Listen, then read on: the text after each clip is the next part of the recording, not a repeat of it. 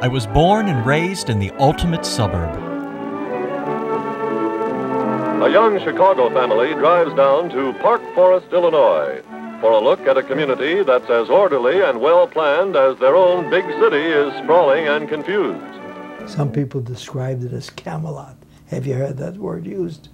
Yeah. In some ways in some respects, it was an ideal community for growing up and for having children. If there ever was such a thing as a suburban utopia, it would have been Park Forest.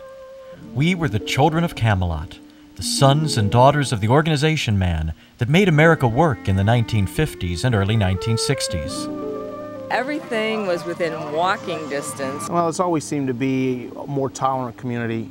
It was interesting to me to grow up in a block that had a synagogue on one end and a church at the other end. Park Forest really was on the cutting edge. Our own, a breathing work of art. We love this town, we love our warmth and heart. I remember growing up, we used to keep our house unlocked. Don't you remember the streets were done every year?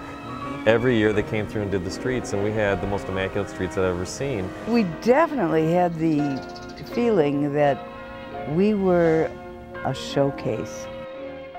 She's worked, she's tears, she's fun, all things to everyone. Park Forest was more than a suburb, more than just a housing development like the Levittown's. We were a planned community.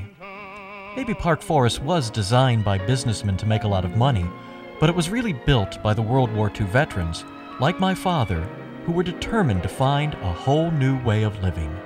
There wasn't a wildly poor section of town, there wasn't a wildly rich section of town. Everybody was kind of on the same plane to one degree or another. Our parents felt comfortable enough where we could ride our bikes, we could do whatever it was that we wanted to do.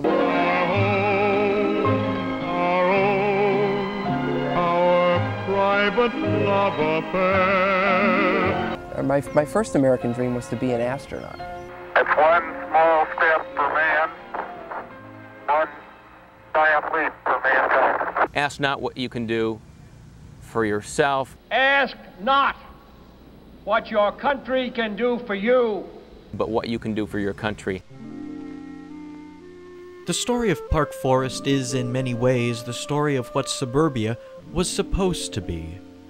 A history of an era, a search for a suburban heritage, and a glimpse, a brief glimpse, of a very specific American dream. It was lovely while it lasted. Our home, our own, our town. You would say Park Forest is what? Park Forest is or was